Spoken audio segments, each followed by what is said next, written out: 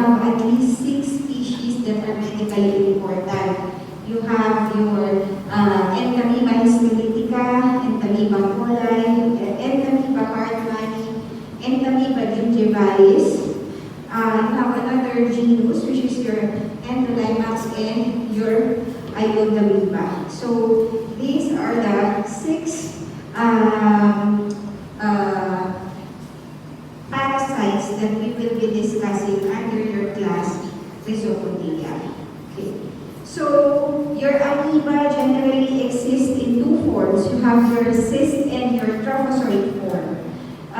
Except for your Entamoeba gingivalis, which does not have a cyst form. So it exists only as a trophozoite in your Entamoeba gingivalis. Okay.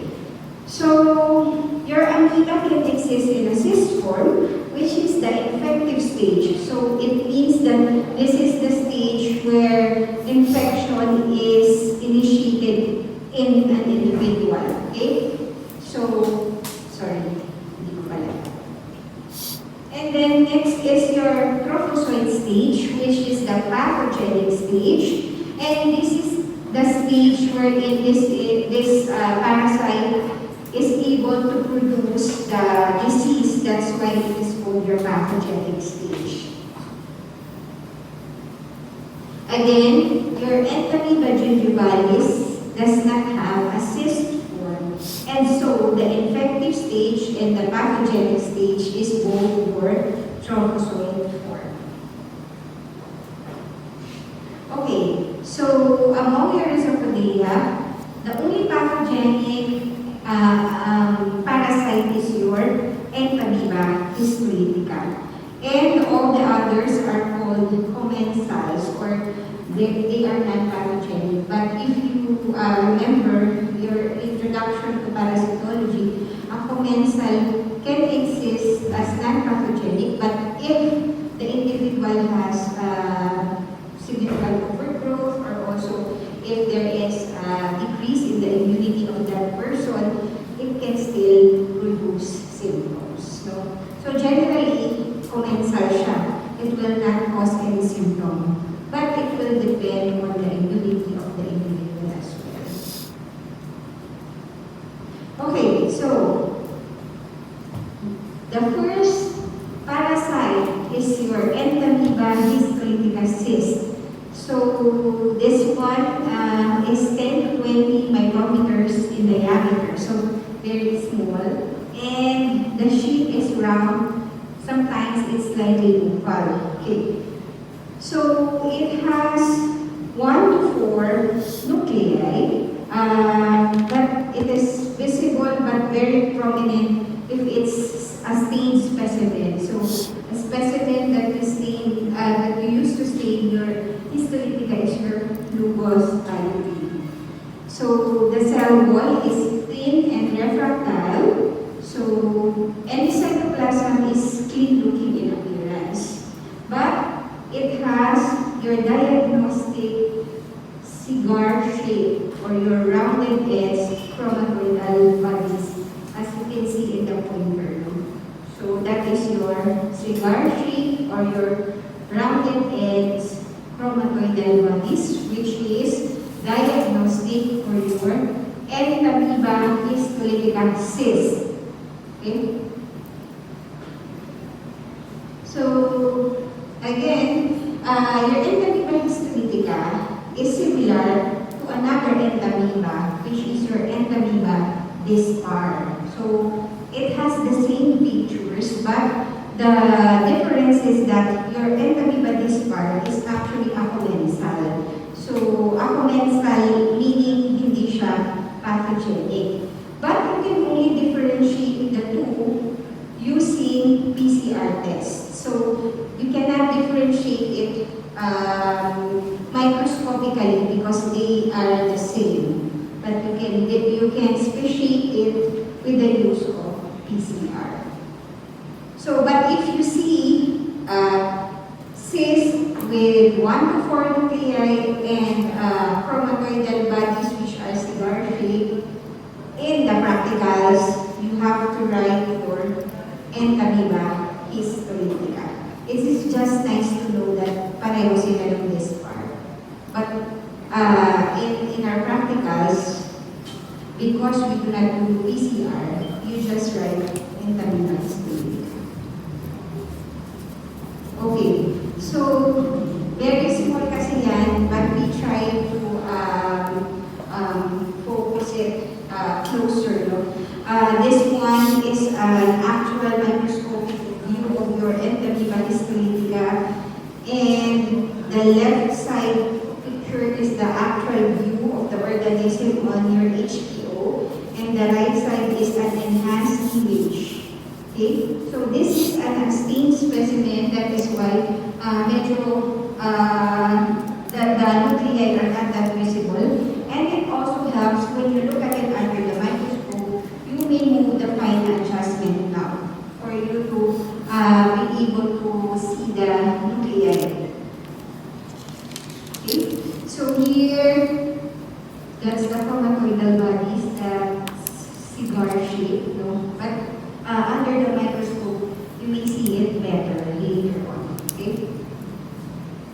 So this is a stained specimen. So mas definite yung nakita ninyo na cigar shape chromatoidal body, no?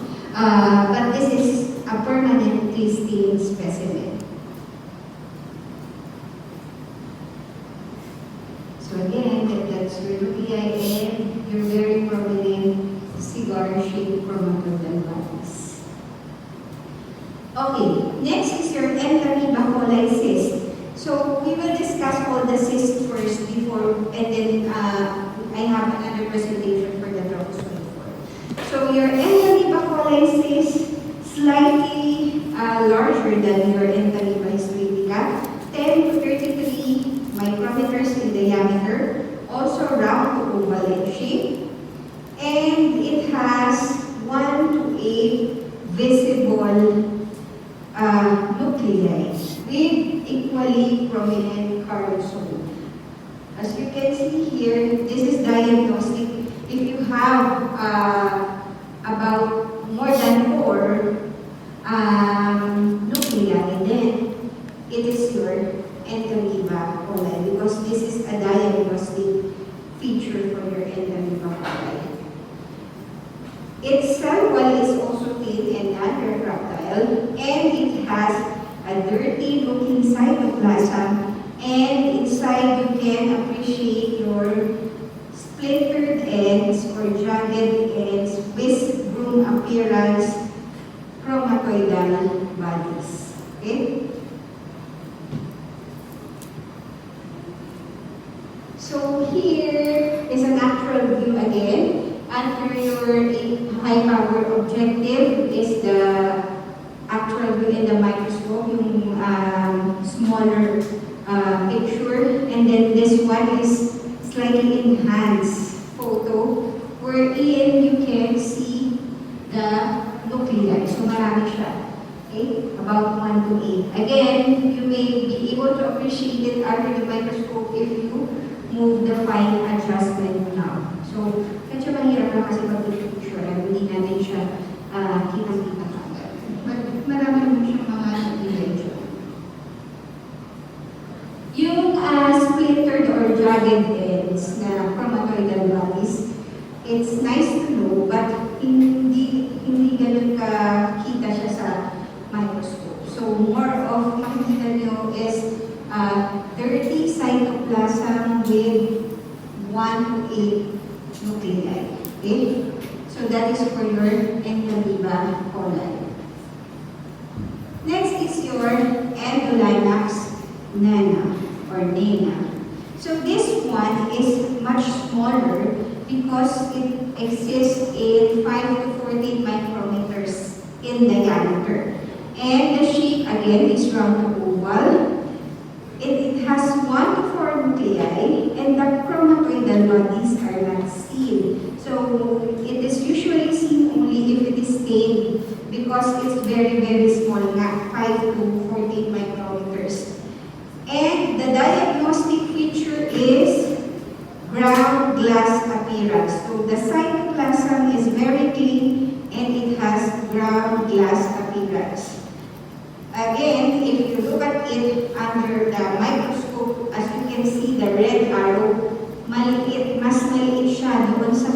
yung pinakita natin ng mga cysts, no? And also, it helps if you move the fine adjustment knob because that is how you will appreciate the refractile ground glass appearance of your endolaryngx stigma. So you have to move the fine adjustment knob. See, if you look at it, hindi siya masyadong makikita yung nuclei. But sometimes, it can be mistaken as an artifact. Minsan parang kala bubbles lang yun. Because if you move it, parang walang naman yung loob. But if it has ground glass appearance, then it is your endolaryngx cyst. Next is your iodamoeba bushii. Okay? So, this one is 6 to 15 micrometers in diameter, also spherical to oval in shape, and it has a single nucleus, sometimes not clearly visible like your endolaryngx kasi nga maliit siya. No? But if it is a stained specimen, you will see the singular nucleus.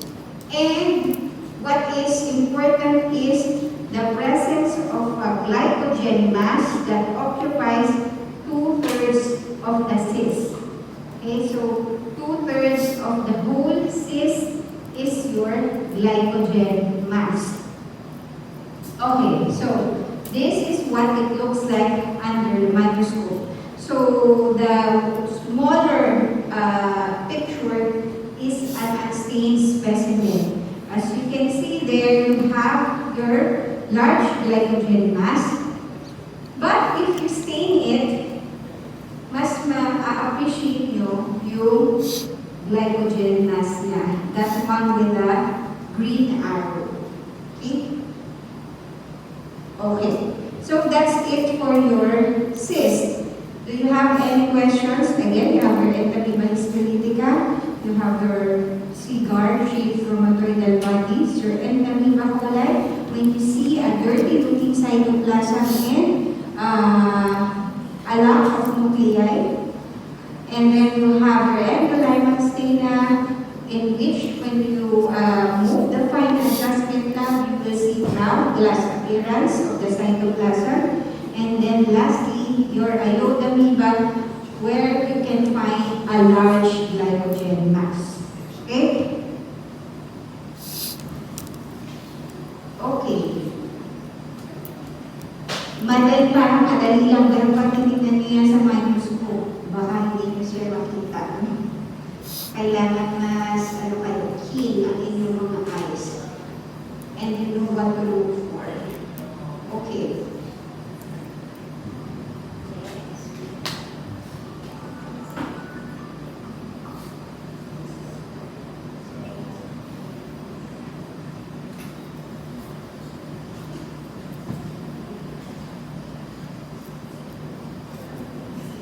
Okay. So for your parasitic amoeba trophozoite, so this one again is the pathogenic stage, no? So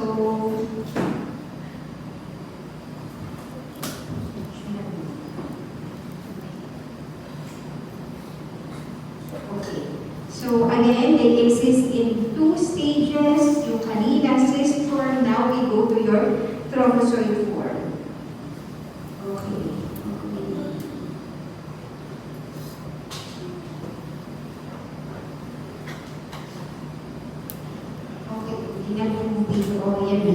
So again, the cyst form is round or oval in shape, as you can see there. But your trophozoite stage, your pathologic or pathogenic stage, can exist in a different form because of the presence of the pseudopodia, because that's the organ of locomotion of your rhizopodia. So your trophozoites predominates in watery samples. So you find it in stool that is soft or even watery. And then, like, there's a video inserted pala. As you can see, that one that's moving is the pseudopodia of your rhizopodia. Okay? So So it moves slowly. So that is a trophozoite form of your amoeba. So it can take several shapes because of the pseudopodia. Okay? So again, the organ of locomotion is your pseudopodia. And these trophozoites are easily destroyed and they can hardly survive in stool specimen for more than an hour. So if you noted, if mababasa ng fecalysis, di ba? Within an hour, ang null. Because if it is more than an hour and we are suspecting or looking for trophozoites, by that time, disintegrated na yun, wala ng trophozoite kung sakasakali. Okay? This form of the parasite can be preserved with polyvinyl alcohol. So your trophozoite again can easily disintegrate and must be examined at once, no? And yeah, preservative is your polyvinyl alcohol.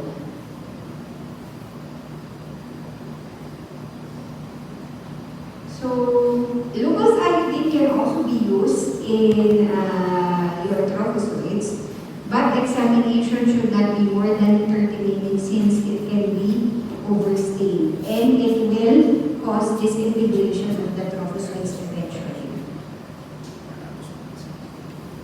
So preserved specimen of the cyst can be treated with permanent stain using your iron hematoxylin stain, and it will allow keeping the sample for a longer time. Okay. First is your Entamoeba histolytica trophozoite. This is irregularly shaped 10 to 60 micrometers. And what is diagnostic for your Entamoeba histolytica is the presence of your bullseye karyosome, meaning the karyosome in the nucleus is centrally located. So it only has one nucleus and it has bullseye karyosome. That is for your Entamoeba histolytica. You may have the presence of ingested RBC, but it is actually very difficult to see under the microscope. But this is also a diagnostic feature, the presence of your darkly stained ingested RBC. Your pseudopodia is clear and long and finger-like, as you can see with the red arrow. Okay, so that is for your Entamoeba histolytica.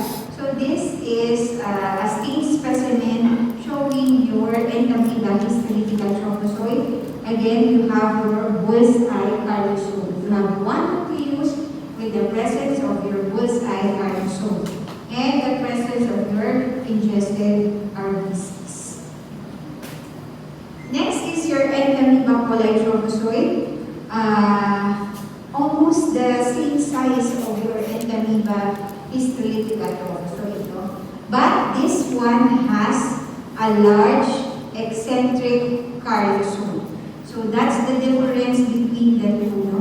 Your coli has a large eccentric karyosome and highly vacuolated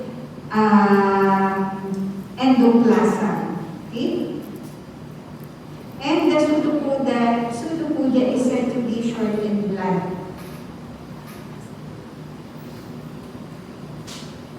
So this is an actual microscopic view in a stained specimen. Again, yung smaller view, that is the view under the high power objective. This one, the bigger one is a closer view, no? Which shows you a single nucleus with an eccentric karyosome. Okay? Next is your Iodoamoeba bushleyi trophozoite. So this one is 6 to 25 micrometers oval or irregular shape because of the pseudopodia. And this has a nucleus, also one nucleus, and a large centrally located karyosome covering the entire nuclear space. So, malaki yung karyosome niya. It is centrally located, but it's bigger. Okay? And the endoplasm also has a glycogen vacuole. So, it is like the cyst, no? Meron siyang glycogen vacuole, but a little smaller kasi doon sa cyst, it occupies 2/3 of the whole cyst. For your trophozoite, it only occupies about half or even 1/3 of the whole trophozoite. Okay? So this is an actual view, again, smaller, and then the closer look of that trophozoite view, the presence of the single nucleus with the large karyosome and your large glycogen vacuole. Okay? Okay. So do you have any questions sa tatlong trophozoite lang na nakalagay siya?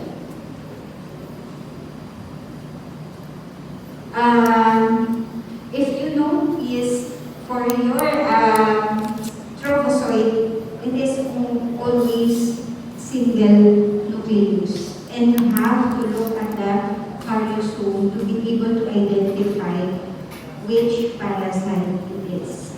Okay? Okay, so you have your demos there. You can familiarize yourselves. Of course, I know you will take pictures, but even if you take pictures, you have to be able to identify it on your own. Kasi pag nag-picture, hindi din naman masyadong nakikita yung katulad ko sabi ko kanina, fractile from the cytoplasm. So sometimes, you do not really see it sa picture photo. Iba yung nakita niyo actually. Because you will be having your short practical next week. Yeah. So next week we will have again a laboratory demo of the next topic, and then after that, sama tayo short practical. So make sure you familiarize yourselves with how it looks like. Kapag tingin nyo noon, hindi nyo na alam kung ano yung mga nasa ilalim ng landas. Because we have several specimens. What you see there might not be the one that will be used in the practical exam. So you have to familiarize kung ano yung dapat for parasite. Okay, so